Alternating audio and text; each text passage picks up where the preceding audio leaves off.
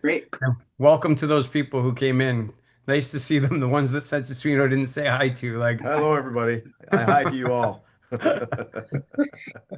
Thanks, Sensei Dauphin. Good evening, everybody, and welcome to Punch Kick Choke Chat. My name is Sean Benson. I'm one of your hosts. It's 8:30 p.m. Toronto time, and I'm so excited to be here with Sensei Ed Docherty. And as you know, we like to start with a question that gets the ball in the air.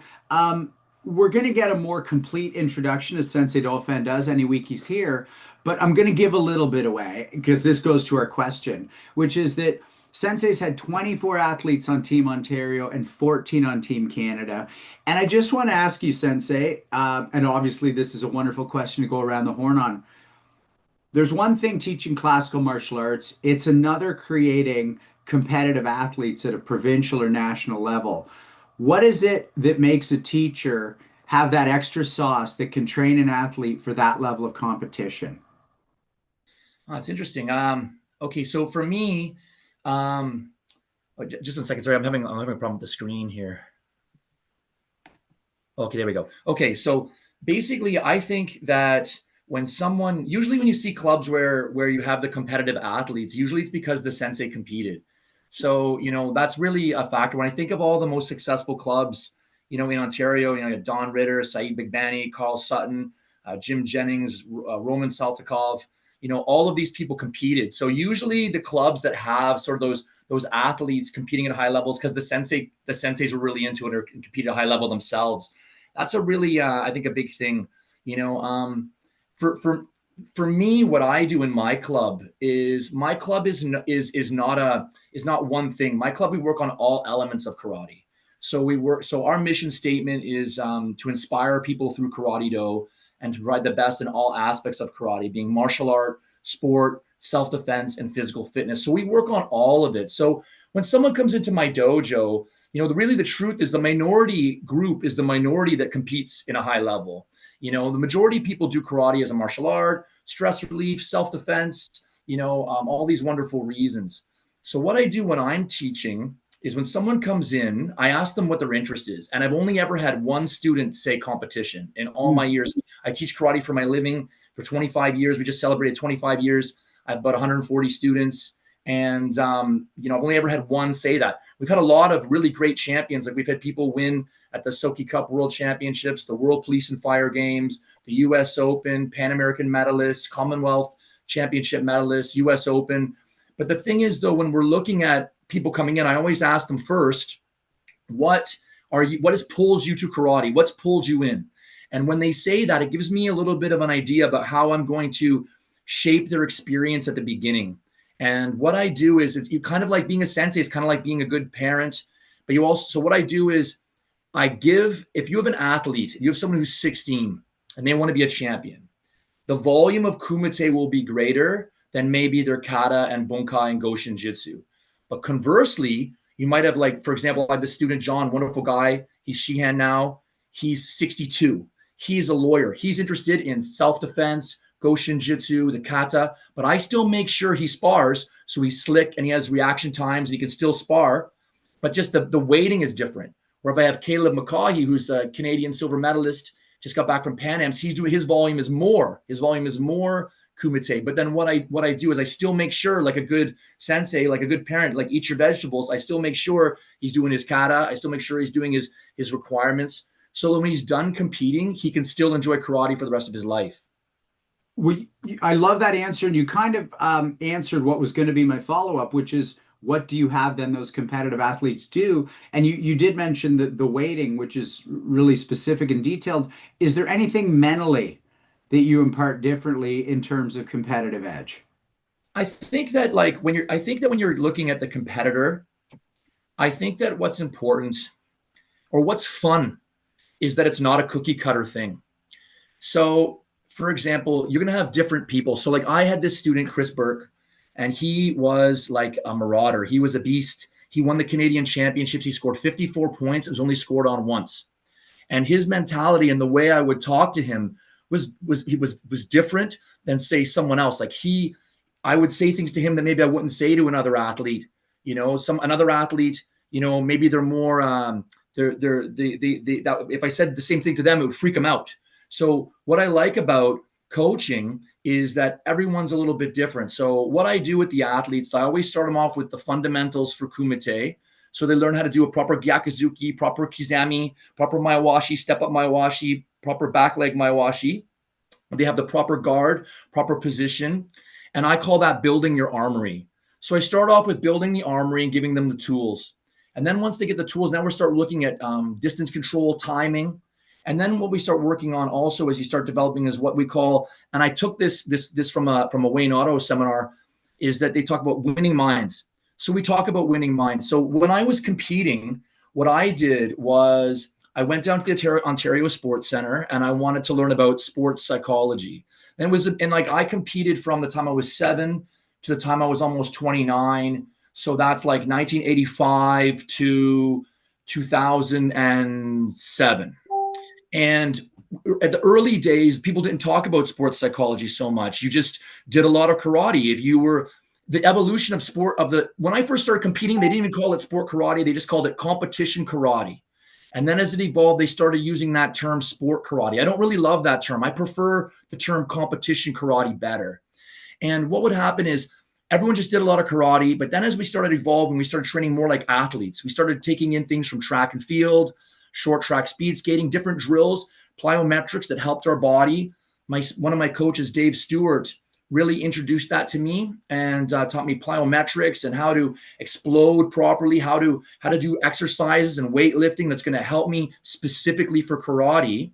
And that's the physical side of the prep. But then the mental side, we started hearing about sports psychology. And that was like a new word. And that was like probably like in the 90s. Yep. And maybe, like 90, like I think like more like, later 90s, it really started hearing about that for us in karate. Maybe other sports was different. But I went down the Ontario Sports Center and I learned different ways of visualization. And they gave 2 examples to me, which I use with all my students. So you have the bird's eye view method, which is like you see yourself, you see your own hands, you see the visualization of your opponent in front of you, and you see it from your eyes, like a bird's eye view, and you see yourself doing well. Or also you could see yourself not doing well and then coming back and being successful. And then the other way is the television method, where you see yourself on a screen against your opponent. And then now you're watching from that view. And the one thing they stressed is to do it in real time. So if your match is 3 minutes stop time, that match could be 7 minutes. So you gotta sit down. The athlete has to sit down and do it in real time. I usually tell my athletes it's a great time before bed.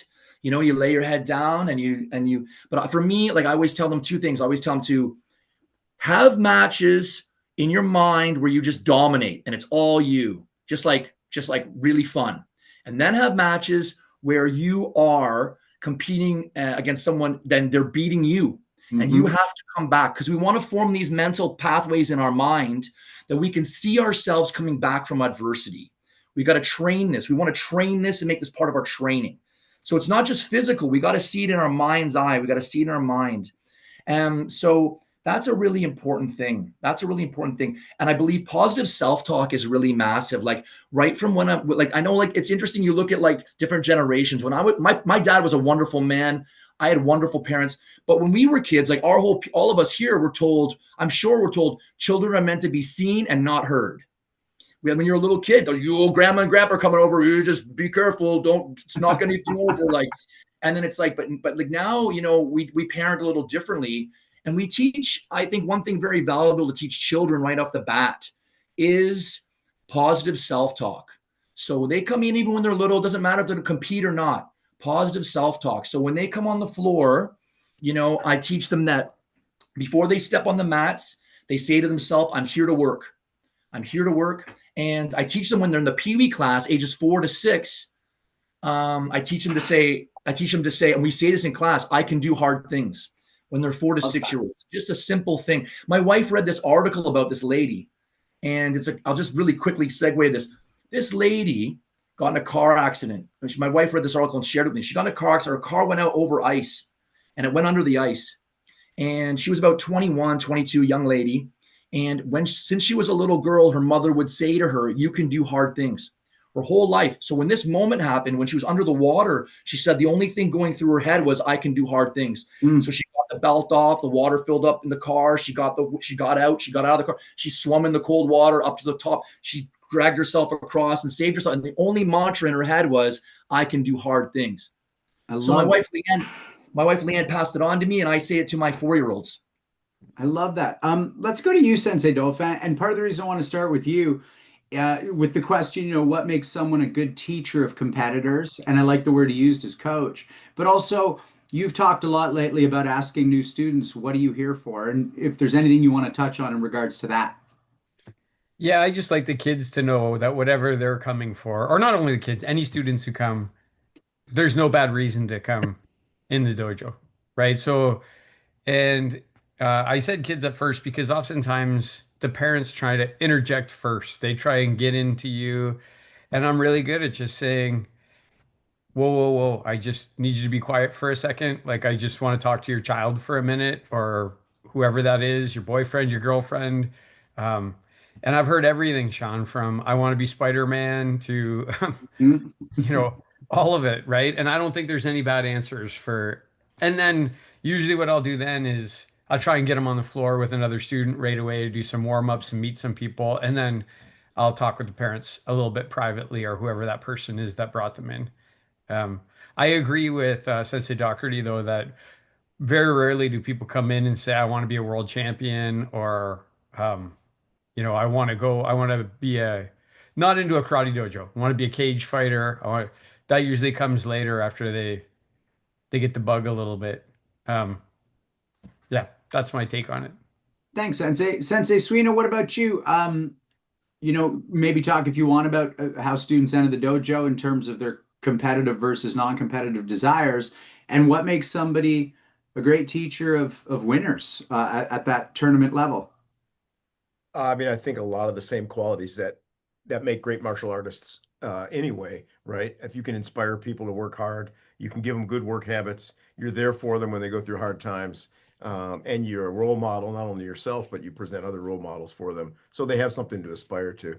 I just think it's funny because, the over, I don't know how many years I've been running dojos now, but probably all told 25, 30 years. And I probably had half a dozen people walk in and on day one start talking about wanting to be a UFC champion or the Mm. equivalent. Those are the people that burn, and they leave faster than anybody else.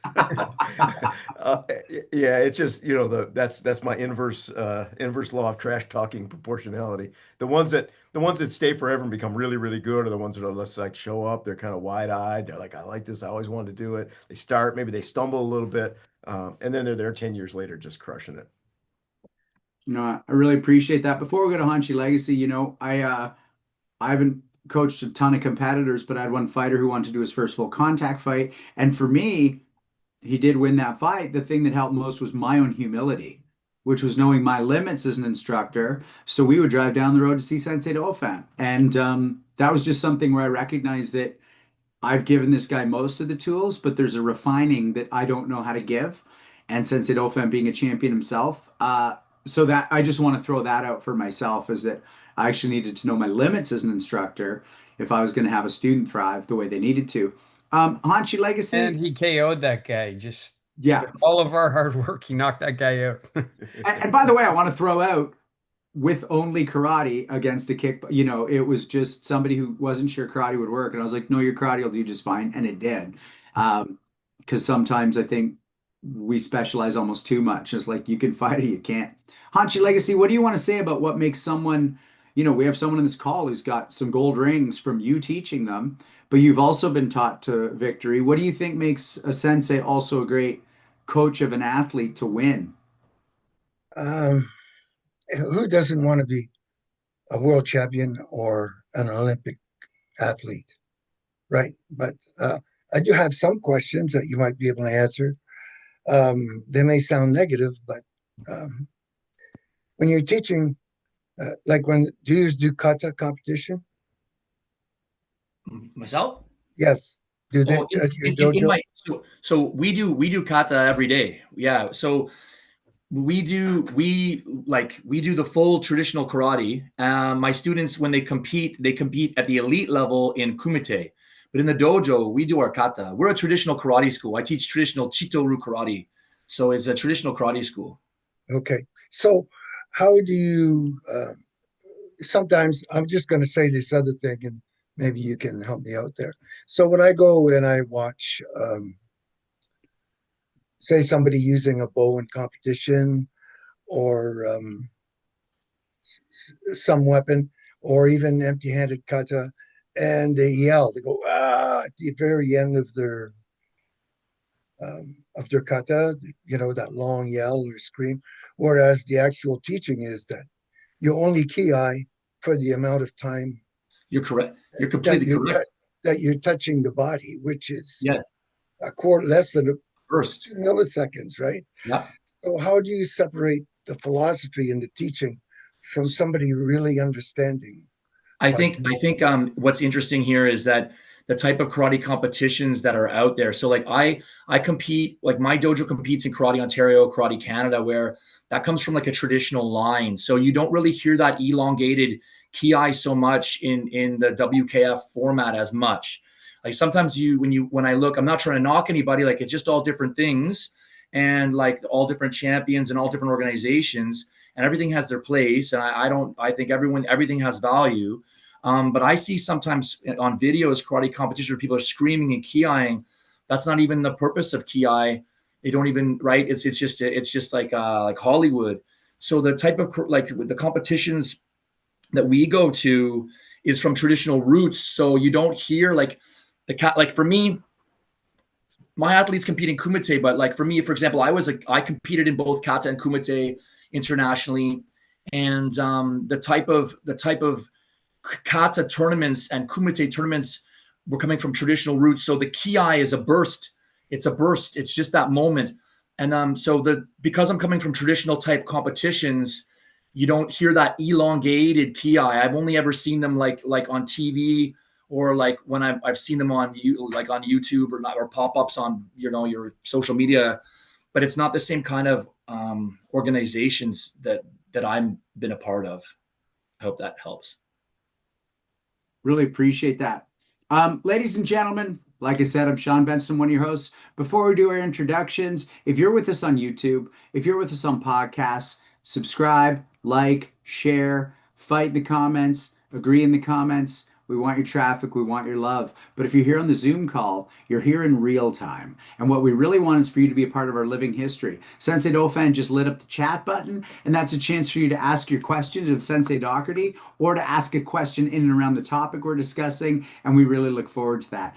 I'm here with Sensei Randy Dauphin, Sensei Nicolas Suino, and Hanshi Gary Legacy. And we only touched on this briefly, but because last week I don't believe we had Sensei Suino, unless I'm confusing my weeks. And what we didn't talk about is the fact that this man, for his 65th birthday, did 65 rounds of martial arts. And what I love that you said, Sensei Suino, is you just kept repeating, this is only a Shark Tank for me. You don't have to do every round. I do. And not only did some of us do those with you, but you did. And there was no flagging, there was no wavering, there was no waving off, the fresher people by the end. And I just want to say, what an example that is for anybody, older, younger, at any age, to just be like, this thing that can hurt is also the thing that heals. And it's the only true fountain of youth we've been able to find. So to my other sensei and co-hosts, I'm sorry that we're focusing so much on Sensei Suino, but I just want to say, what an incredible achievement, but also what an incredible example. Well, listen, thank you so much, Sean, for being a part of it. Also, Hanshi and Randy coming down. You guys inspire me every day, and it was amazing to have you in the room while we did that work. It was a really great milestone. Thanks so much. Well, we really appreciate it. And we'll throw it to you, Sensei Dauphin, to introduce our guest tonight. Yeah, I want to say about the birthday party though first. He didn't even quit after I kicked him in the head. And then all he did was knee me in the face when we started grappling and give me a black eye. So. Mike, I did learn something new. I learned that you can fold the middle of your foot in half and then have it come back. Okay, well, enough of that stuff. That was too much fun and good times. And speaking of fun and good times, I'm always proud to introduce our guest, which tonight is Sensei Ed Docherty. He's the owner and chief instructor of the ICKF, which is the International Chito-Ryu Karate Federation. Sorry. ICKF is just an acronym for the dojo. ICKF is International Karate and Fitness. Oh, I see. Okay. But that's his karate school in Whitby, Ontario. Thank you for correcting me on that. He's the director of the ICKF Karate School Kyoukai Association. He began training in 1985 under the tutelage of Sensei Art and Lori Bellhouse.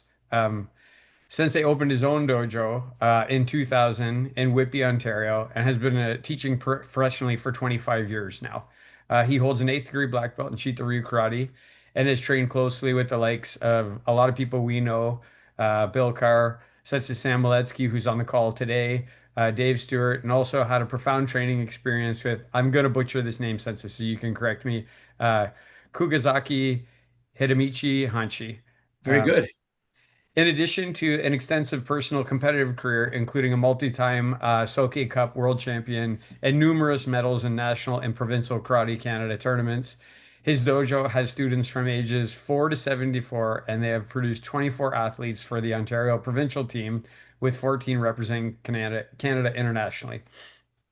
Some of his teaching philosophies, which I like, I lifted these off of his website. If you treat everyone like a champion, they will all be champions. Not necessarily competition champions, but champions of themselves, champions of life. Karate is not just about building strength and endurance, but also about building character. I agree with both of those things wholeheartedly. The other thing is because Sensei Docherty and I don't know each other personally yet. After today, we will, and I'm sure we're going to cross paths and give each other a big hug. Um, but if you check out his website and Facebook, then you kind of get to know stuff about a person, at least the stuff they want you to know. And the stuff that he wants us to know is actually all really good if you go and look at it. So he mentioned his mission statement, which I really like, to inspire people through karate do, to provide the best in all aspects of karate, being martial arts, sports, self-defense, and physical fitness. Um, you can tell on that they're proud of their karate history, that they're traditional, they like their dojo philosophy. It's there. You can tell the difference between when you look at a competition or a sport club or a classical club. And I really like that when I look at his page, it's full of classical karate. I'm a classical karate person. Um, when you see there's youths and adults on the pages, they're all in good stances, they're all delivering nice techniques. It's not like paid models, standing in weird positions, which I like the images. The other thing I really liked is no mean mugs. I didn't see people standing there, with the tough face and trying to look all hard.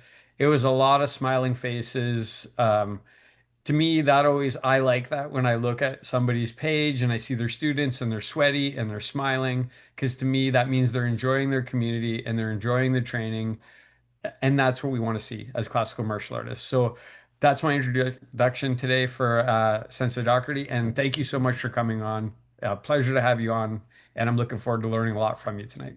Well, thank you so much. Like, I'm so honored to be here and to learn from you guys and just meet everybody. Like, this is just a phenomenal experience. So thank you for including me. I really appreciate it. And thank you for what you said. That was really kind of you. I appreciate it. We really appreciate you being here. So let's dig into your story. What was it like for you growing up, and what brought you into your first martial arts environment? Okay, cool. So basically, for me, I started karate when I was 7 years old in 1985, and I can remember exactly. I lived in Oshawa at the time, and just like an older boy pushed me down in the sandbox, and I remember lying on my back and like the silhouette like of the shadow from the sun behind, and I remember thinking like I didn't know how to fight, and I wanted to learn how to fight. And my dad was a really cool guy. My dad was from Glasgow, Scotland, and he came over to Canada with like $200 in his pocket. And Glasgow is a pretty tough city. But I remember I came home and I remember my dad sitting on the side of the bed. And I remember somehow, and I don't even know where it came from, but somehow I got the word karate. And I said, I want to learn karate. And because I want to learn how to fight. And that was the initial thing. And I remember as a little boy sitting at the table, and my dad had a Glaswegian accent, and my dad said he was going to look for a karate instructor for me. I remember him saying this. He said, "Oh, Ray, I found this guy. He's a Liverpudlian." And I thought in my head, my 7-year-old head, what's a Liverpudlian? Like, is it an alien? Like, what is it? It's someone from Liverpool, England, right? And he found my sensei Art Bellhouse, who was from Liverpool, England, and he was in the British Navy. And then he left England and came to Canada and started training in 1964, 1965. He was one of only a few non-Japanese to receive Yondan, fourth Dan from Dr. Sayoshi Chitoshi Sensei, the founder of Chito-Ryu Karate.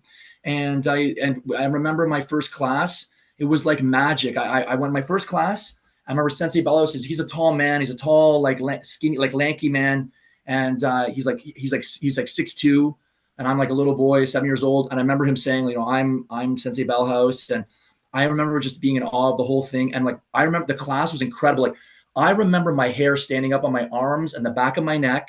It was like I was hit by lightning. It was like I was hit by lightning. The hair stood up back. I loved every second of it. I loved the key eyes. Sensei Bellhouse's teaching style was really cool. It really captured me.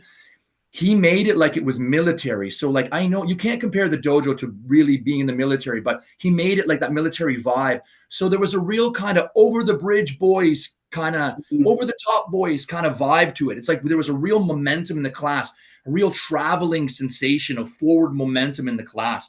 And he'd end the classes with the big key eyes. And back in the day, you'd get hit with the shin eye and all this stuff. It was wonderful. Like, it was just phenomenal. And back then, there was no kids classes. So I started karate in an adult class, and Sensei Bellhouse let kids be in the back. But we were expected to behave and train like adults. And the classes were 2 hours long, and we went nuts. We went bananas. We worked hard the whole time. Every single kid cried at least once. But it was awesome. It was real character building. Gradings were like once a year if we were lucky. It was awesome. It was awesome. And it was also a great family. So what happened then to me was I started, my dad's a cool guy, man. He's passed now, but he's my hero. And he was watching for 2 weeks, just 2 weeks.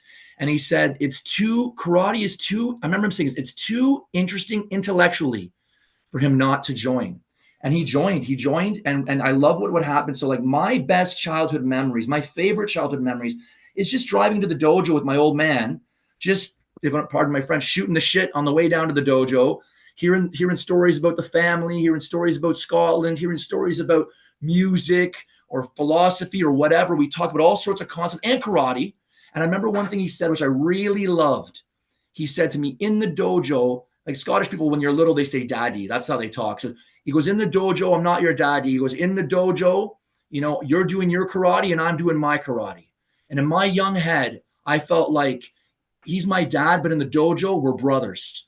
You know, and that's the thing that's so cool about when parents work out with their kids, because it shows that they have vulnerability too. Like, they're going to make mistakes on that floor too. They're not going to do perfect techniques. And it's good for the kids to see that the parents are fallible. You know, my dad was there. He's like, he loved it. He's like, I'm doing my karate, you're doing your karate. And we were a wonderful team. We'd help each other with gradings. My dad was also brilliant. I started competing when I was 7. And like, he was brilliant as that because he didn't try and coach me. He never tried to coach me. He wasn't my coach. My dad started karate when he was 40. He never did competitions. He was there for me for like the emotional support. He was there as a dad. He wasn't there as my coach. So he came to all the tournaments. I loved competing. As I grew in it, I loved competing. I always loved competing. I competed all over Canada. I competed in individual kumite, individual kata, team kumite. And then what happened was, I remember in 1995, I would have been about 16. I went to the World Chito-Ryu Karate Championships, which is called the Soke Cup. And I remember and I had already medaled in Karate Canada and like in the Sandomi, like the control. And what happened was, I thought wrongly. I thought that I was going to go over there and dominate. In my dumb young brain, I thought I was going to just do so amazing because I'd won this medal in Karate Canada. And I went to Japan, and in Japan, in Chito-Ryu, we fight in Bogu. Bogu's the body armor and the face mask. And it's full contact with the body, and the head, you have to pop the head back to score. You can't just touch it. It's high impact sparring. And I got over there, and this little Japanese guy, just saw his shoulder go like this, and then boom, my head snapped back. And I loved it. I was like, oh my gosh, this is like a real fight. This is not like tippy tappy. I fell in love with it. And then, so I would do both. I did both methods. And as an adult, I did quite well at the Soke Cup at our World Championship tournament. I managed to medal 8 times at that. I medaled in Japan in kata and kumite. I medaled in Australia as part of the first time a Canadian team ever won gold at that. And for me personally, I won my gold medal at that in 2007 in men's heavyweight. And when I was a kid, I saw the great Chito-Ryu World Champion Hiroshi Tanaka lift the Soke Cup over his head, and I was just so inspired. So like to be able to win that tournament at the end was really cool. And so that was like that's my karate tournament time. When I was young, my buddy, one of my best friend, Mark Connell, he's like, he remembers me talking about that I wanted to open a dojo when I was in grade 6. And I always knew I wanted to open up a karate school. I always knew. So then when I came out of high school, I knew at 18 I'd be too young. Like I didn't think anyone would take me serious. So I went to Durham College and I did sports administration to get like the business of sport, to get like, cause I didn't know anything about accounting or anything. So, and like very little computer knowledge that time. It was like 97, right? So then I did 2 years at Durham College sports admin. I got into a co-op placement at my local gym, the Whitby Civic. And then I started my dojo when I was 20. In 2000, I was 21. I started my dojo when I was 21, and I had 7 students. One of them was my hairdresser. One of them was one of my friends. And from then it built up. When I had about 45, 55 students, I moved into the location I'm in now. That's been since 2002. So I've been in the same location since 2002. I have about 140 students. I teach from ages 4 to 74. And I've learned a lot about. I formed my teaching philosophy and things I believe about teaching, and hopefully I'll maybe can share some of that today. Well, we'd love to get into that, but I actually want to back up a little, just because Chito-Ryu, it's got some deep roots in Toronto. But I know Sensei Dauphin has a question just about some concepts that are out there that may be right or wrong about Chito-Ryu in general. Sensei Dauphin, I'll throw it to you for that. Thanks, Sean. Sensei Docherty. Listen, interestingly, Sensei Moledzki just sent me a bunch of history stuff today about Matsumura. So I went to school for that, and I really love history. And for a long time, I read and have been reading that, Dr. Chitoshi Funakoshi was his teacher. But then lately, like just when I say lately, like maybe in the last 10 years, I've read, well, that's because Funakoshi was actually like his school teacher, not his actual karate teacher. That's right. Because Sensei Legacy and Sean and I do Shorin-ryu. That's right. And I was very like excited to hear that. Well, Dr. Chitoshi is actually related to Matsumura on the maternal side. And I just wondered if you had any details about that, or what is the myth? What is the reality? Okay. So this is interesting stuff. And okay, so the way that we're connected from the Shorin-ryu side is actually from Chitoku Kien. So Dr. Chitoshi, Sayoshi Chitoshi, the Shodai Soki of Chito-Ryu, he was a student of Chitoku Kien, and that's the Shorin-ryu side. That's the Shirite Shorin-ryu side. And then Dr. Toshi was also a student of Aragaki Seisho. So the two sides, Aragaki Seisho is the Nahanote side, and then the Kien Chitoku is the Shirite side. Now, it's interesting, like some of this karate history is really hard because it's kind of like broken telephone a little bit. And some things you don't know for sure. Like, so there's different stories that say that Dr. Chitoshi or Sayoshi Chitoshi Shodai Soki was related to Bushi Matsumura, but there's also books that have come out that show that that's probably unlikely. So it's really hard to know the actual truth. And then since O-sensei's died in 1984, we can't really ask him. So you don't know what is myth and what is actual historical fact. What we know historically is that Dr. Chitoshi O-sensei trained with Kien Chitoku, and he trained with Aragaki Seisho. And then, that's historical. And I mean, there's other senseis that in books about Chito-Ryu that they say that he trained with Hanashiro Chomo as well. They say that he trained a little bit with Higashiona Kanro, but the main two for sure are the two is Kien Chitoku and Aragaki Seisho. Thank you so much. I really appreciate that. So thanks for corroborating that Funakoshi was his grade school teacher, not his karate teacher. That's right. His grade school teacher. And then he was actually what it was his homeroom teacher.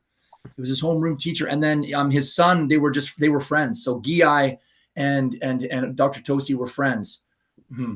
And one thing it seems to be for certain is that when Funakoshi Sensei went to Japan and he began teaching, my understanding is that Dr. Tosi did teach for Funakoshi, and he would have been like brought in as he was a young man, Okinawan coming in. My understanding that he did teach. My understanding is that in the class at the time was Masatoshi Nakayama, Hironori Otsuka, that Chitosi was there, and he taught those people. Like now at this time period, it would have been very early on in the karate's, early days in Japan.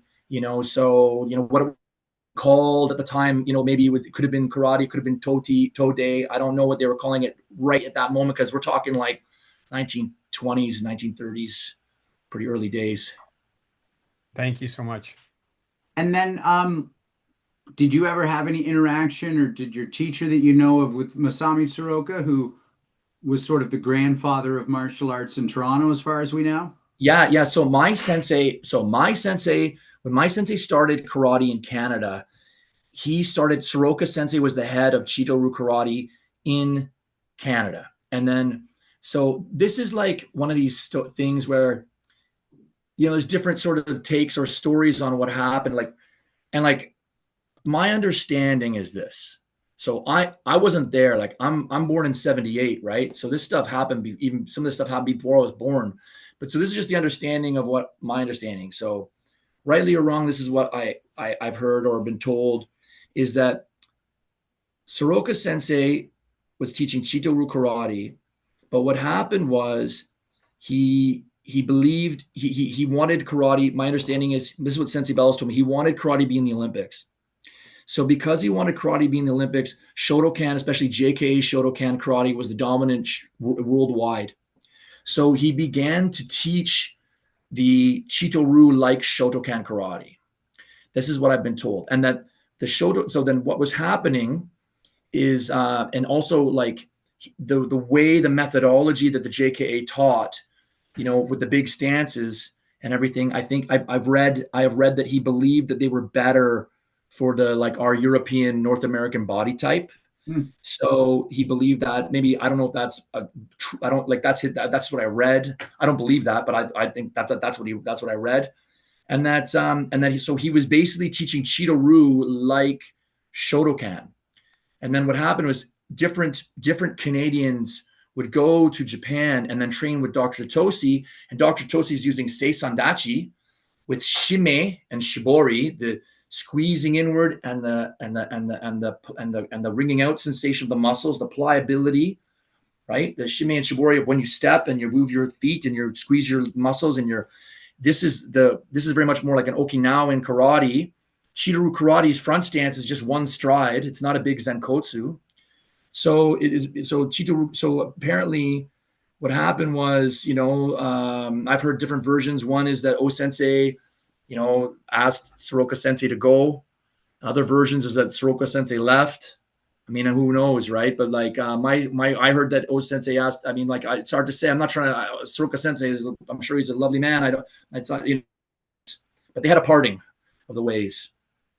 And then before I go to Hanshi Legacy to ask a question or two in this ballpark, your sensei, your first sensei, did he have the more what you'd call Japanese stance style Chito, and that's what you do, or is yours more of that pre that change? Okay. So my sensei taught me the Chito-Ryu of Dr. Tosi style Chito-Ryu. Mm-hmm. So I did not learn Zenkotsudachi, Kokotsudachi. I did not do the hand katas, the Shotokan katas that were done. So then what happened in Canada was Higashi Sensei became the head of the Canadian Chito-Ryu Association, and he taught it in a more of a traditional Chito-Ryu method, right? So then I started in 85, so it was already doing traditional Chito-Ryu at that point. So my journey is with Chito-Ryu, but Soroka Sensei, if you go into any Soroka Sensei dojo, they're basically doing Shotokan. Like they're doing Shotokan karate. Like all my friends that I know in the Soroka Do group, it's Shotokan karate. They were Chito-Ryu in like the 70s, but it's Shotokan karate. My sensei started with doing what was called Chito-Ryu, but it was done with big Shotokan stances. And they did some of the Shotokan katas. And then after Soroka Sensei and O Sensei parted ways and Higashi Sensei was in charge, what happened was it was a Chito-Ryu. But then for me, just to share a little bit what I do, for me, I really, my favorite instructor who I love is Kugizaki Sensei. Kugizaki Sensei spent the most time with Dr. Docherty. He is the most senior Chito-Ryu karate practitioner on the planet. He spent the most time with them. He's the highest ranked. He even taught the second generation Soke when the second generation Soke was a boy. So I've had the opportunity to train with him. I trained with him in 2001 in Japan and at his dojo. I had a wonderful, wonderful experience. I got some private training with him. I went to all his seminars when he come to Canada, and then he came and visited my dojo in 2016, and that was phenomenal. I went back in 2023 and trained with him again, and I got private training with him. And then I just went back just in June with my students to train with him. And what he is doing and what he is talking about, some of the concepts and things he's talking about were just not taught in Canada at all. And it just blown my mind. And it taken my karate to a whole other level, a whole other opening for me to study, like a white belt, which I love to sink my teeth into. And so what I do is I'm obviously when you teach, it's from your experiences as well and your knowledge, but I'm trying to follow what Kugizaki Sensei shared with me and the way he does the stances and everything as being the most senior Chito-Ryu practitioner on the planet. That's what I'm trying to follow. So we're going to come back to that. I don't want to get too far away from what I want to ask you, Hanshi Legacy. So with Benny Allen having trained under Sensei Soroka, what is your take on the relationship of Chito-Ryu altering to a more Shotokan look? Do you have any thoughts or experiences around that you can share? Well, you have to go back to that time, like 60s and 70s and that, where except for the few persons that came from Japan that was sent here, the people here were teaching a bastardized style of Shotokan. And really, it all comes from Shorin, right? It's just a different interpretation of Shorin-ryu, because karate started in Okinawa and it moved quickly over to Japan through Funakoshi, etc. Well, when Funakoshi went to Japan, he didn't teach them Shotokan. That's right. Taught them Chito-Ryu, right? And those stances that Sensei Ed is teaching or talking about are rooted stances. It's when you push your pelvic girdle forward and your feet grab the floor, so you're like grasping the floor. Whereas a lot of the Chinese styles, like the open, like the white crane Kibidachi, I can't think of it. They're just sitting on the floor. So I can't really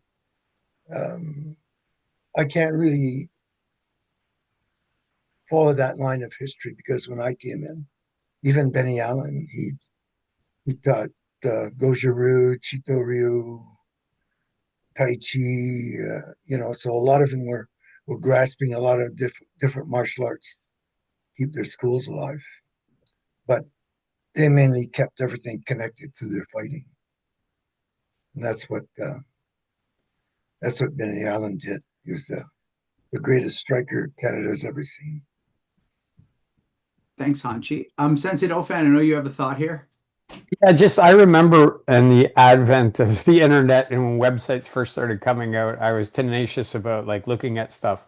And Soroka Sensei's website lists Benny Allen getting his black belt in 1958, right? So that for sure would have been like the Chito-Ryu days, not the Shotokan days. That's right.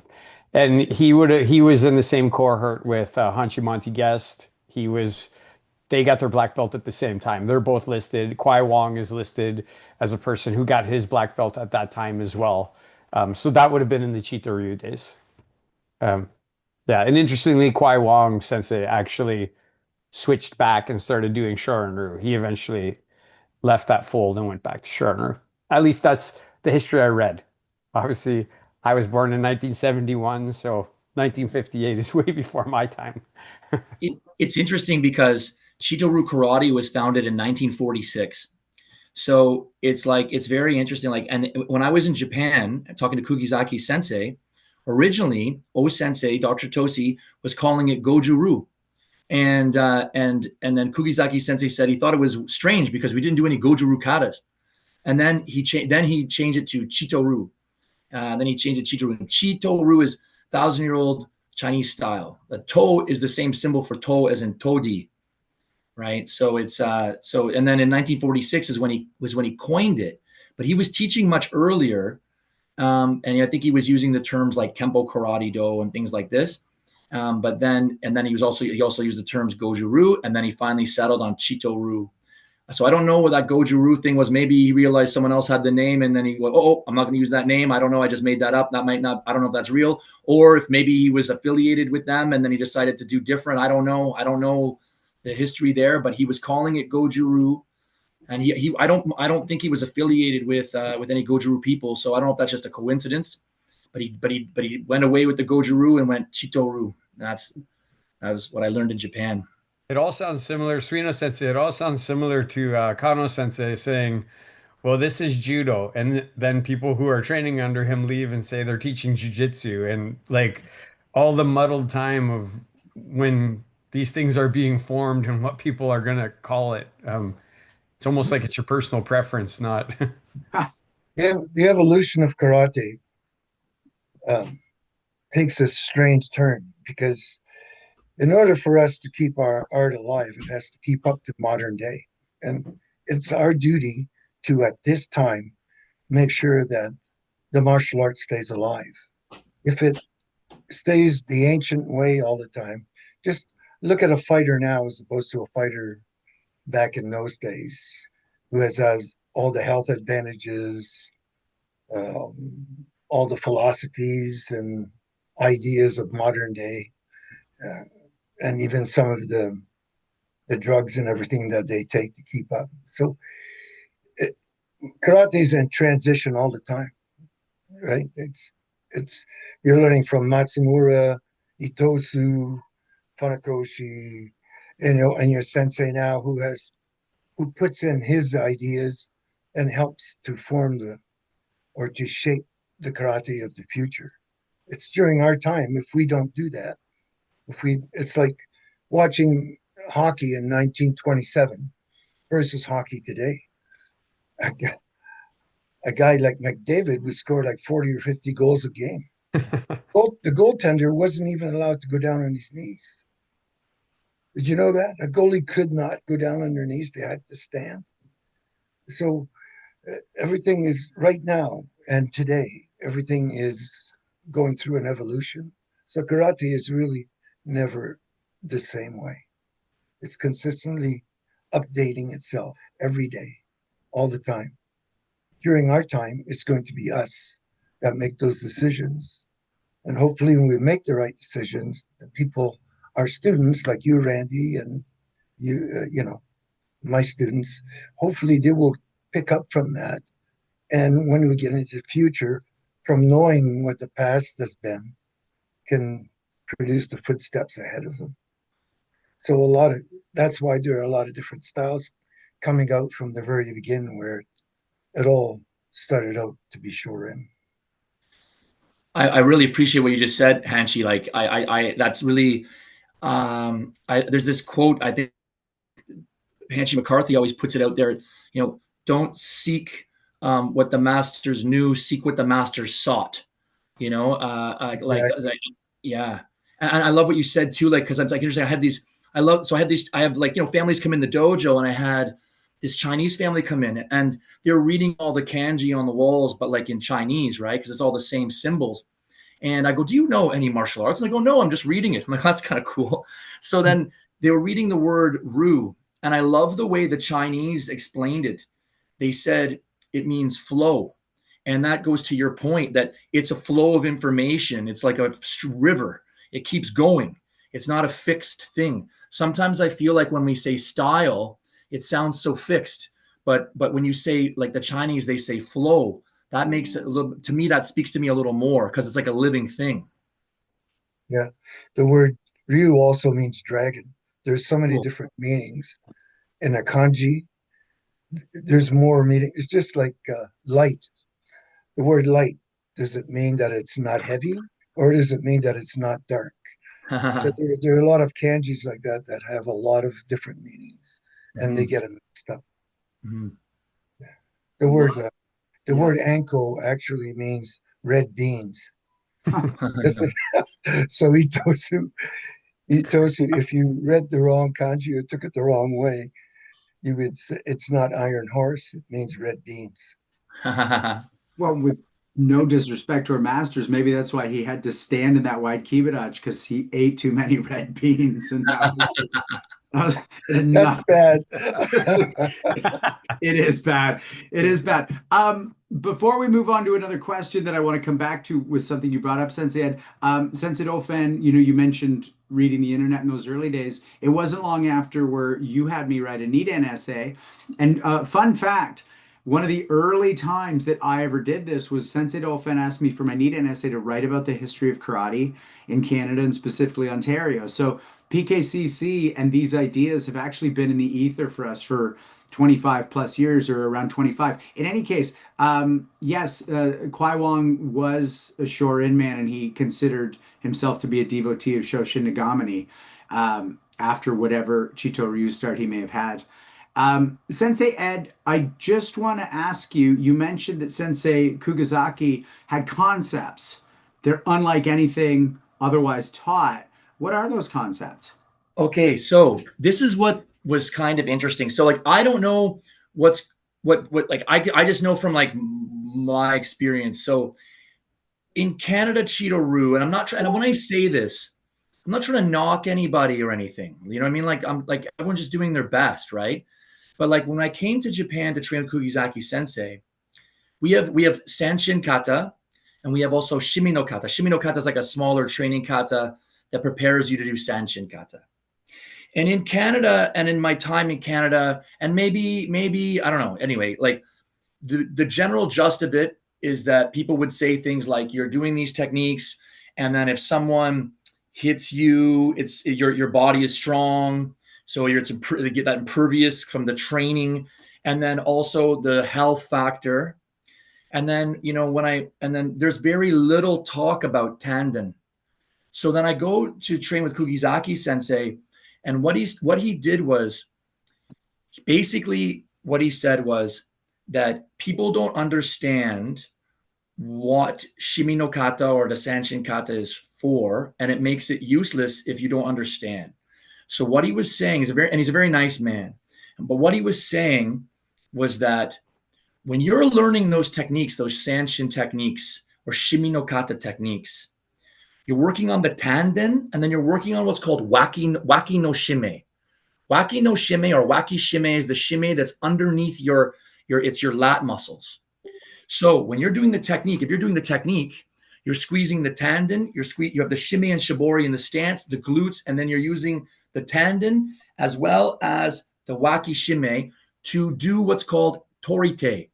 So a torite technique is an arresting technique. So if you put someone like in a Z-lock, say you have their hand in like a Z-lock.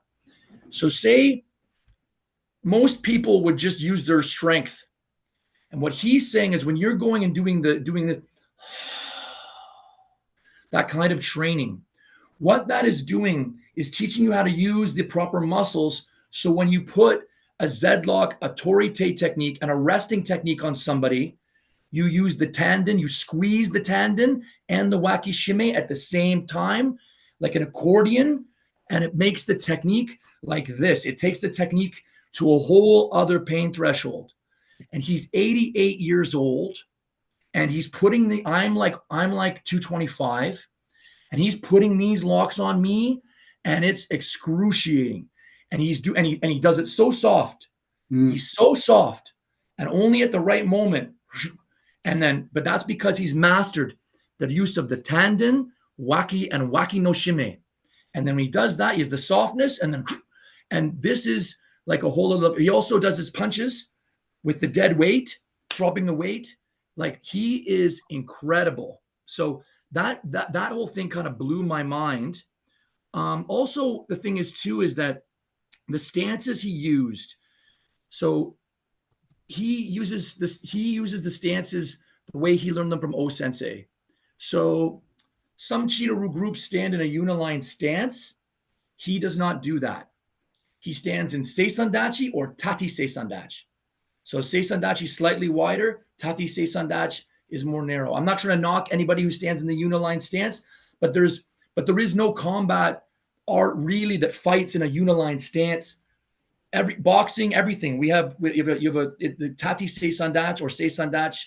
This is the stances he would use. Everything made sense. He was very practical. He met Dr. Docherty on the military base. In Japan, Chito-Ryu is taught on military bases. So it's a very practical form.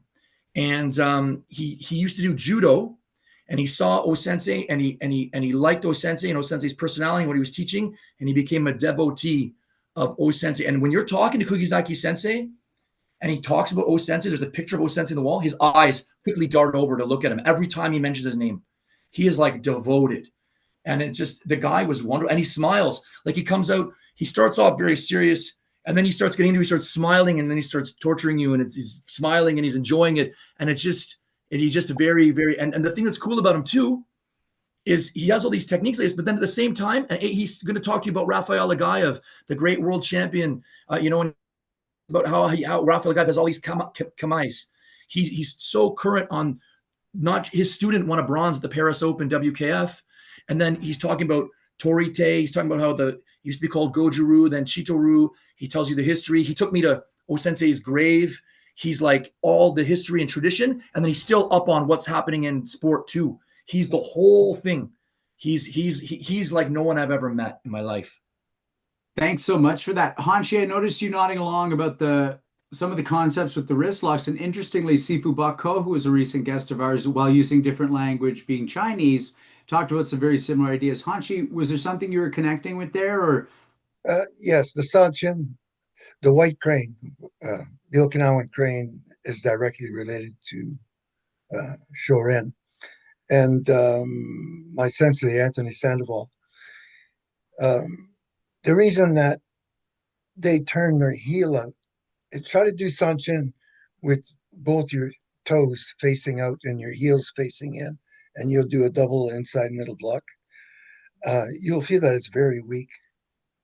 When you turn your heels out, it engages your back muscles, and your back muscles are next to your butt are the strongest group. That's why when you're doing Sanchin, you turn your heel out. That's called stacking. And what you're doing, muscles work by contraction. So all those massive muscles in the back, when you turn your heel out, all contract and make, your hands even stronger. So that's part of the reason why they do Sanchin with their heel turned out. It's just de-engage the back muscles. The other way you can do that too is by using your small finger. We all learned that through the white crane. So the stance has absolutely a lot to do with the power and the tendon and Sanchin. Mm. Yeah. Sensei Suino, I know we're talking very specifically about karate and Okinawan versus Japanese, but I see you really nodding along here. Is there anything ideologically you seem to be connecting with right now? Well, I love this talk about stances, right? That stuff is so important, and I think it's overlooked. The ability to settle into it and really feel, right? Think about the principles that have been handed to you and really feel how they energize your body, make you stronger. I mean, it's something that I talked to Sensei Dauphin about a lot in the Iaido setting. But I haven't heard that concept that you just described, Hanshi Legacy, before, about the heels out and how it links to different muscles in. So I'm just thinking through, right, kind of the anatomy and physiology of this idea. Can I suggest that maybe next time when you're doing judo and you want to pull someone and you lack that, just turn the heel out on that hand that you're going to pull with, and you'll be surprised how much you lift that person off of the ground. Nice. I will try it. I actually think this is a wonderful thing, and I'll start with you, Sensei Docherty, and then we will go around the horn on this. We're talking about specific mechanics that can engage different musculature, but we all know that there's energy involved. We all know that there's meridians or chakra or these different types of things. So let's start with you, Sensei Docherty. Where does one lead to the other? You know, where are you thinking energetically or chakras or and then it manifests physically or vice versa? Or is there an unknown intangible, but we can't access it? Like for me, I think it starts first when someone joins and you give them like the kinetic chain, you give them the lineup of the body, and then as you start practicing like that kind of breathing, like in the seishi or sanshin, you want to develop the tendon. And the thing is, like it was interesting talking with Kugizaki Sensei. So like he would do like this relates to your question. So he would do like kakite, and like Hanshi Legacy said, it's with the bottom fingers, right? The top finger's up and the bottom fingers are down. He would have it sealed at the bottom here, and this could be a little bit open here, but this would be sealed. And then he'd do these techniques and he'd control you. But when he'd control you, he was using the tendon. He was using the tendon to control you. So and there's more than one. There's the Seika tendon is the one we talk about in karate, the one below the just 2 inches below the navel. There's also here, right? There's more than one. And it was interesting. Like I had this really interesting conversation with Kugizaki Sensei. This is to your point, is that I asked him, I said to him, I said like, you know, Sensei, can you move the tendon energy to a spot? Like say you had like pressure against someone's wrist. And he said he believed that. He said, yes. He goes, you can move the tendon energy to that point, right? So say you have like a point, like a block or something, you're like, or like a kaki, you can move it there. You know, he said he does believe that you can move it, you know. And the talk about developing the tendon was like paramount. It was all about developing the tendon. He said you should do sanshin every day. I asked him, I said, in Canada, they talk about these different things. You'll hear people say, Chito-Ryu sanshin's kind of longer. The beginning part is this, but the ending part is all open-handed. And what happens is with the sanshin is that, you know, how am I going to explain this? Okay, like he was saying, people talk about the time. So some people say it has to be 7 minutes or 15 minutes. Sorry about the parentheses here. But like what he was saying, it's not the time of the kata, it's the breath. So he said it's 3 seconds in and 5 seconds out. 3 seconds in and 5 seconds out. And it's all, and you got to keep the shoulders should be down. Waki shime should be engaged, all from underneath your core, tendon. And then when he said about walking, even though we walk in a semicircular way, he said the tendon should pull you forward, and that will keep you straight. So you'll see people doing sanshin in like rock because they're not as experienced. It should, even though the feet do the circle, the tendon pulls you forward, right? So the focus on the tendon, the focus on tendon development, the focus of using the tendon in your punch, in your technique. So like even like if you're doing your hips, you're doing something that second, you engage the tendon really quick, you shudder the hips, you vibrate the hips, you use the tendon. This is like a paramount thing. It was all about tendon and waki shime, the arm under the arms. This waki shime and the tendon together. That's what it was all. And but the back to your point though was about he believed you could move it. He believed you could move it to like your hand or wherever, your wrist, like wherever. Sorry if it was kind of long. That's wonderful. That's what we're doing here. Hanshi Legacy, I'm actually going to go back to you on this because I just see you nodding along with a lot of things. So where does the mechanics and what we'll call the spiritual or the energetic, where does one bleed to the other or vice versa? What's that relationship? The ki or the ki is sort of like your energy, your life. If you point at my shoulder, that's Gary Legacy's shoulder. If you point at my heart, it's Gary Legacy's heart. Where's Gary Legacy? He's 1 or 2 inches below your navel and back in this sort of centrally located. So the word ki means to harmonize your spirit with your body. So that's where that would start. And then the first, by tightening your stomach, you're joining your spirit with your physical. And then you shift that energy out to the hips and fire it. So all your energy, that life source, that energy that he's talking about, comes from where you are. It's a lot like guy who's operating a crane or a tractor. He shifts the handles, and then the rest of it does all the heavy work. So it's like us, our energy, our in our tendon. It goes from your tendon to your hips and then out. That's why they're so serious about um, that centrally located and lower below the abdomen, not so much up at the top. That's where the energy, the will, and everything comes from. Then it works its way out. Thanks, Hanshi. Sensei Suino, let's go to Sensei you. Benson, just one thing real quick. I just want to correct one little thing. Like when I was talking, what I'm talking about is the energy. I don't know if I said so the tendon is here. It's not that the tendon moves, it's that the energy from the tendon moves. I just want to make sure I said that. Yeah, it summates upwards. Yes. Yeah. It's you move the energy. The tendon doesn't move. The energy moves from the tendon. Yeah. That's right. Yes. Appreciate that. Sensei Suino, where do you want to go with this idea of mechanics and the spiritual and energetic and how they create one another? Well, I will say that one of the instructors I had in Yokohama in judo, he loved rolling. That was before rolling was super popular in the rest of the world. And he talked about this kind of stuff all the time. And when you roll with him and try to put your hand underneath him, he would say, I'm going to move my energy to where you're putting your hand. And you literally could not get a hand underneath his arm or his leg or his foot or his head. And he would laugh and laugh and laugh. And then you'd move your hand or your leg to somewhere else and you couldn't do anything there either. It's the most astonishing weight shift.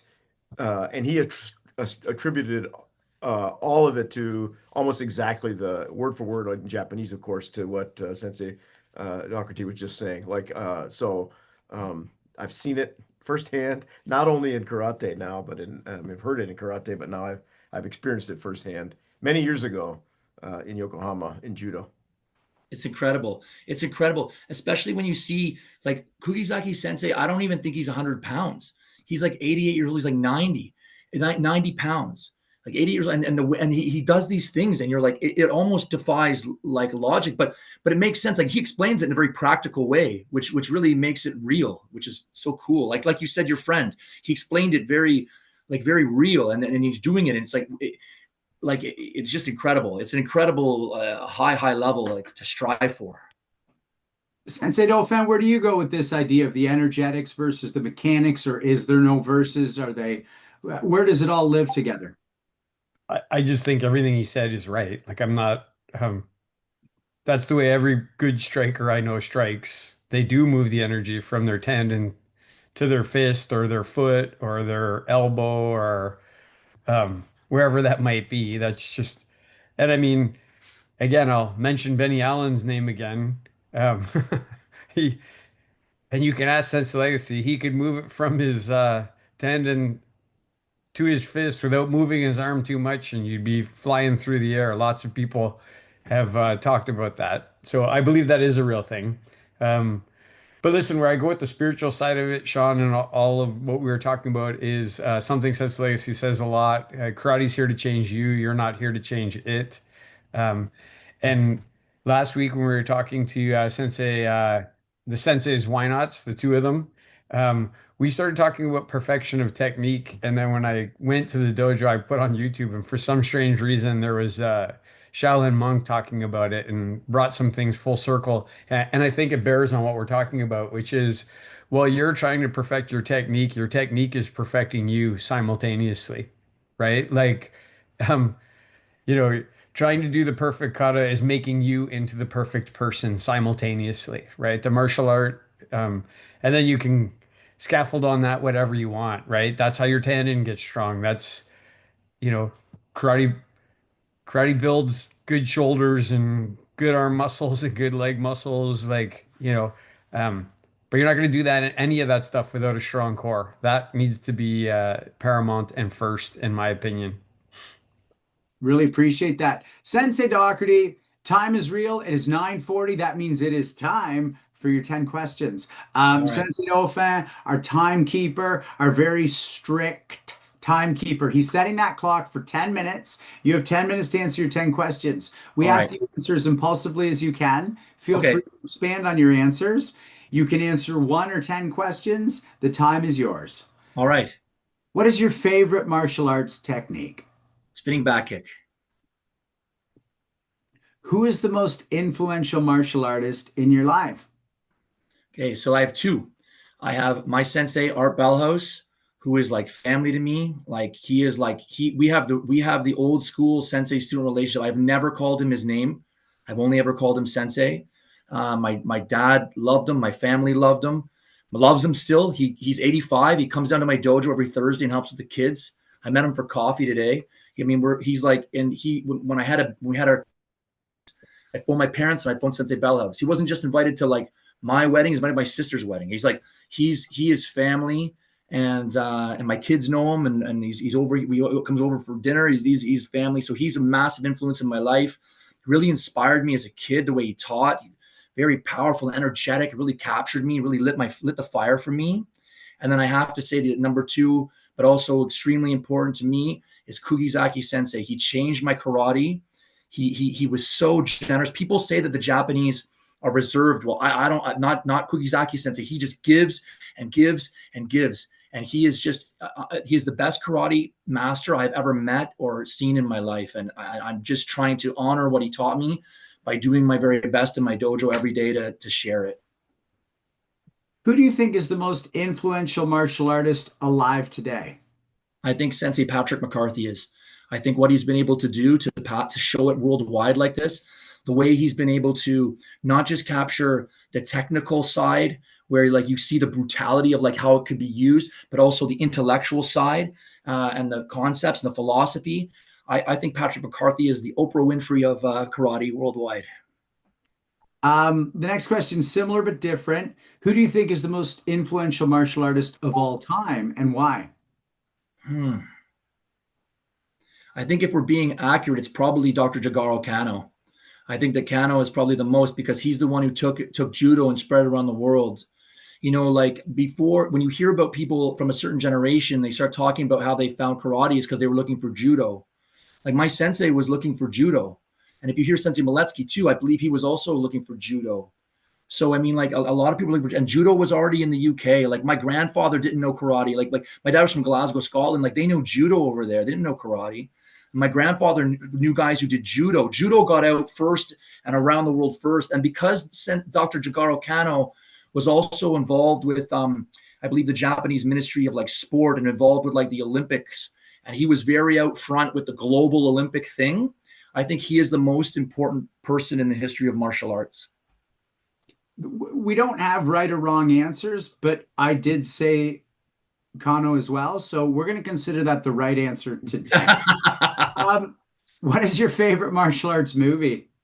Okay, there's the one that's really the one, but there's the one I want to be a little different. So the one to be a little different, I'll say first, is Best of the Best. That is the coolest bloody movie. Daehan, whoa, because is he gonna kick him? Oh, the whole drama. But the truth is, the best of all time is the Karate Kid. You know, sweep the leg and the whole drama at the end. And he looks, and Miyagi gives the little nod and all that. The drama with that at the end is just the best. So I have to say, Karate Kid's really number one, but to be different, best of the best. Nobody's mad at these answers. What is the best thing martial arts has done for the world? Wow. Okay, so I'm gonna go back to like what I've read about like the old like karate pioneers that brought it to the mainland of Japan. So after Japan, the part of the thing people sometimes maybe or they don't know, or some people know, like you guys know, but other people don't know, is that these guys, the modern karate pioneers, were trying to resurrect the spirit of Japan. They were a beaten nation. It was a just decimated place. And they were fighting for the soul of the people of Japan to make them feel good about themselves. They were trying to build society. They believed that karate created a tempered person for society. If you can do these crazy violent things and then learn through this to control it and be a gentleman warrior or a lady warrior. I know you have to say warrior, but like that feeling, you know, this makes better people for society. If you had a room full of hardcore fighters, they're going to have a laugh. They're going to have a great time. I find everybody that's amazing is always so cool and easy. You know, it's all the guys that aren't like that, I find. So I feel like the best thing that karate has done is to make tempered people for society. I feel like if everyone in the world did karate, we wouldn't have any wars. I mean, it creates tempered people for society. And I think that's, if even more people did it, that's, I think, our global mission as karate practitioners. What advice would you give your younger self? So I always believed in myself, but being older now, I would tell myself, believe even more. So like, I did believe in myself, I know, but I would go back and I'd say, believe even more, because the more you believe, the better you do, more positive you are. I feel like more positive things happen, you know, and that's as a sensei now. That's why with these kids and these teenagers, like, and even adults, if we can believe even more, there's this cool thing, if you can find it, it's Sir Anthony Hopkins. Find the little clip, and he goes, believe, practice the game of belief. He's like, it's powerful, sheer power. The way he says it's so cool. Like, to me, that is, everyone can always just believe more. And so that's what I would tell my younger self, to believe even more. If heaven exists, what would you like to hear God say when you get there?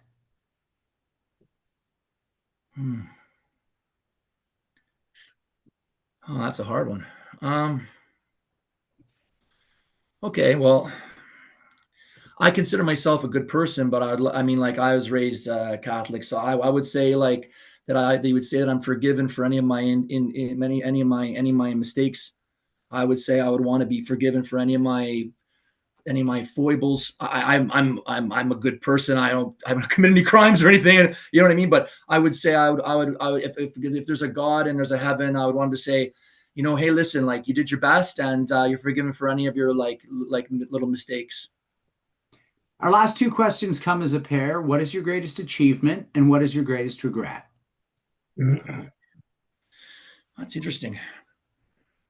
You know, my greatest achievement in my personal karate was winning the Soke Cup in 2007 in Bergen, Norway.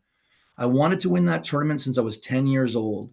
I saw Hiroshi Tanaka hoist the Soke Cup over his head, and I got a bronze in the men's heavyweight in 98. And Tanaka Sensei, my dad was the secretary at the time for the Canadian Chito-Ryu Association, and Tanaka Sensei sent a letter over to my dad, and it said, you know, congratulations to your son, Ed. You know, I hope he'll be the next generation Soke Cup champion. And then when I won the Soke Cup, that was in 98, and I got a bronze. And then when I won the Soke Cup in 2007 in Norway, the tournament's only held once every 3 years. So it's difficult to win because it's only once every 3 years. Our world championships once every 3 years. So when I won it in 2007, he sent another note to my dad, and it said, congratulations to Ed for winning the Soke Cup. And he said to my dad, you must be happy to have such a good son, which really meant a lot to me. And I have both of those notes saved. The one that says, I hope he will be, and the one that says, congratulations. And then just in Japan, when we were just there, we got to train with Tanaka Sensei as well at Meihodo, which is like a martial arts sanctuary that sits at the bottom of Mount Aso. And you can train all different martial arts there and train with the great legendary Tanaka Sensei. So it's a cool thing. In terms of regrets, I don't really have any regrets. I'm sorry. I know that sounds weird, I guess, but I don't really have any regrets. I'm sorry. You know, so many people on this show don't.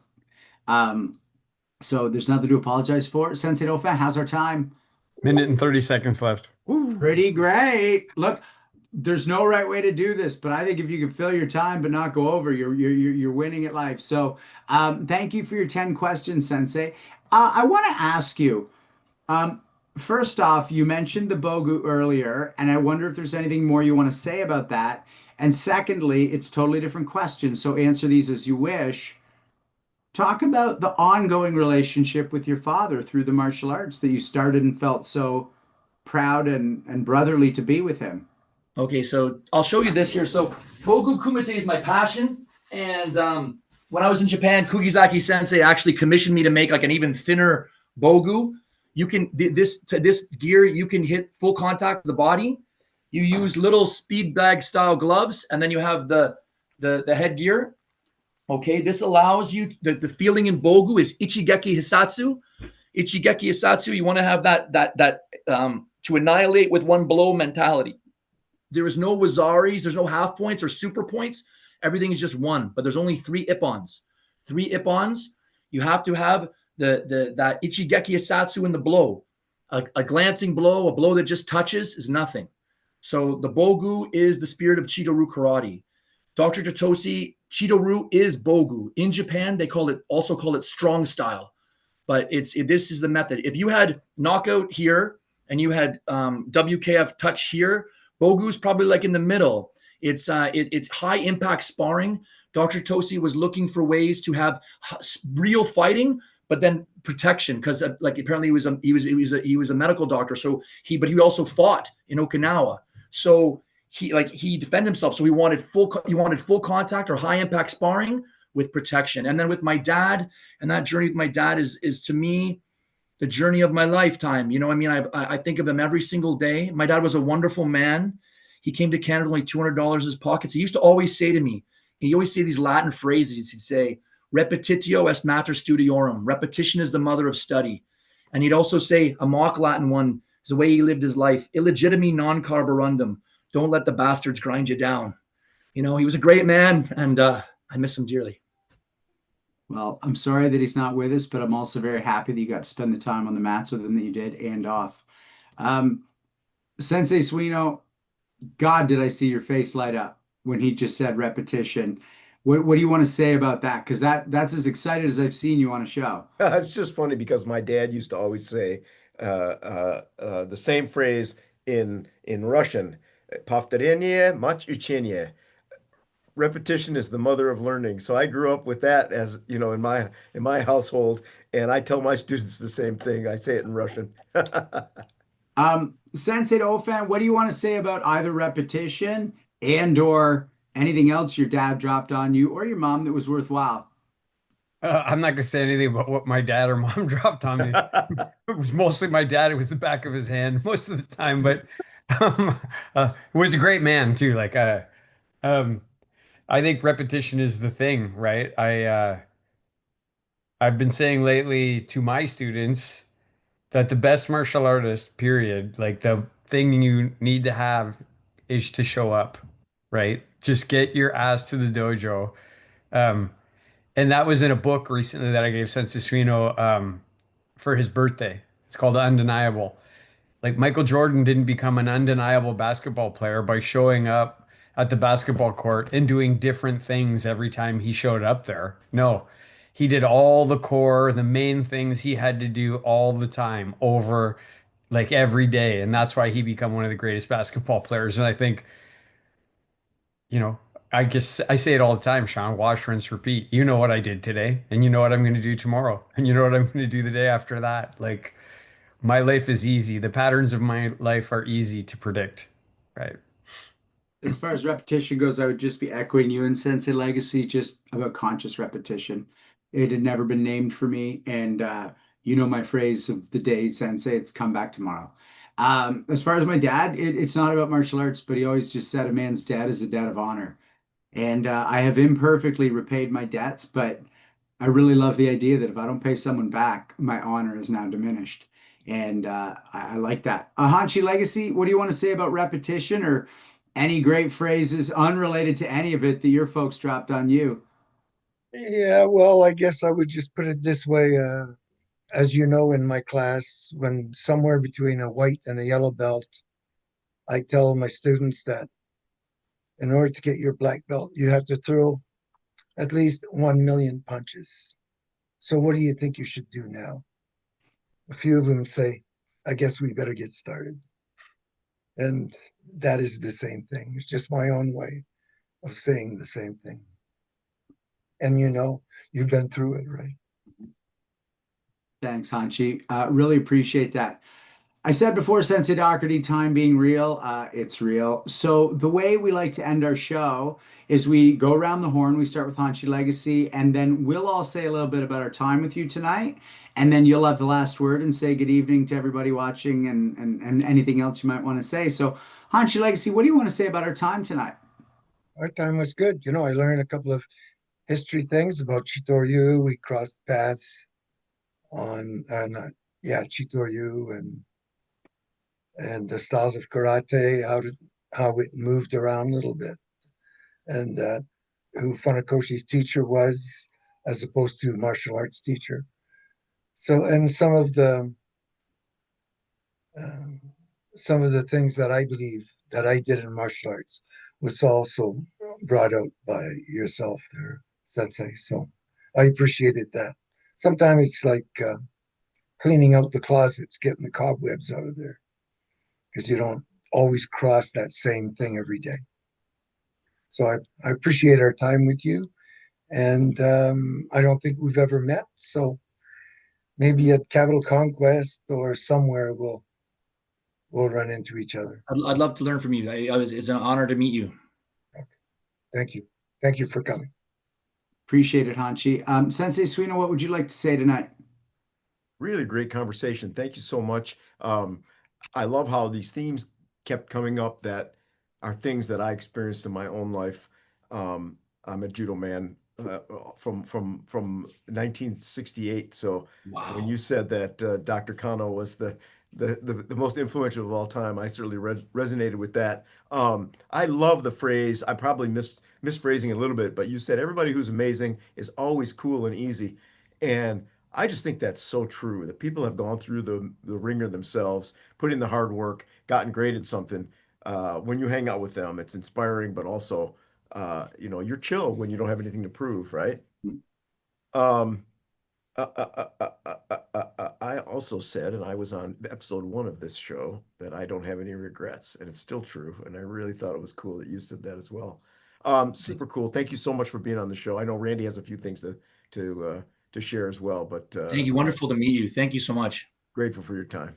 Thank you. Thanks, Sensei Suino. Sensei Dofan? Yeah, Sensei Docherty, I write lots of notes. I have like volumes of books now of the notes that I write while we're doing this show. But I really like that we jumped in on Kiai and started talking about Kiai. Like you said, it was a burst, and everything you talked about resonated with me. And then you followed that up by saying that your first karate teacher, your dad said he was a Liverpudlian, and that made Liverpudlian, me, yeah. yeah, I like that. That made me, but I did like when you talked about your first class that you loved it from day one, and your hair stood up, and I was not 7, I was 18, but I had a very similar or exact experience when I went into Sensei Legacy's dojo. First time I went in, as soon as I stepped in there, I breathed a little easier and knew I had found that thing that I was going to continue to do. My purpose had been revealed in that moment. So that resonated for me. I just really love your respect for your sensei, and it just comes through in spades how much you admire them and look up to them and are trying to live into what they're teaching you. So that's great. I really loved our history talk today, like all of it, where it went all over the place. And I think you were very respectful when you were talking about Soroka Sensei, and there's nothing you said that I thought to be controversial. You're just stating what you've heard, and all of it made sense to me. A lot of it made a lot of sense to me, actually. As Sensei Legacy was kind of alluding to, it filled in a couple of little gaps that I had in my history knowledge. So I really appreciate you sharing those thoughts. I like uh, Kugizaki Sensei, you're talking about him, your admiration, but also talking about the katas and how, the tanden and how they train different muscles. And I agree with that. Your 10 questions were great. Spinning sidekick, Kyoshi Freeze said the same thing. So he said the same thing. Most influential in your life, obviously, those two senseis. I'm not sure if McCarthy Sensei is going to like that you compared him to Oprah Winfrey, but but he'll have to get over it. Lucky we're all friends with him. So the male Oprah Winfrey. Okay. Honestly, the movie Best of the Best, when I was like a green belt and I saw Eric Roberts sidekick that guy through the window, I was like, oh yeah, I want in that bar fight. I'm like, I want to be like that. He had the cool hair, and and then I grew my hair in like that. And then when I cut it off, since like he got irritated with me, but I had that Eric Roberts Best of the Best hair for a while. Oh, so cool. Remember, it's funny. He had the kamae like this. Yeah, 100%. Yeah. I like what you said for the world, tempered people, right? People that Because again, what Setsasuino said, right? The people who've been through the fire are more chill. And honestly, when I leave a sparring class and people cut you off, you're like, no problem. You just keep driving, right? Right. You're nice and chill after that, right? Um, I'm really, it's nice to hear a artist talk about greatest achievement being something they worked so hard for in martial arts.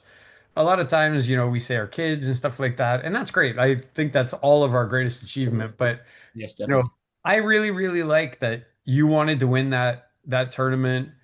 You went back, you kept going back, and then eventually you got to lift that cup over your head and live that image that had been burned into your mind. So congratulations for you, and I like that. And I Thank just liked our conversation today. So Yeah, thank thank you you. so much for coming on. You've been a great guest. Oh, thank you so much. I appreciate it. I appreciate it. Honestly, like this is a huge honor for me. And like, like when I was a kid, it's like my dad, saying about, in the dojo, I'm not your dad.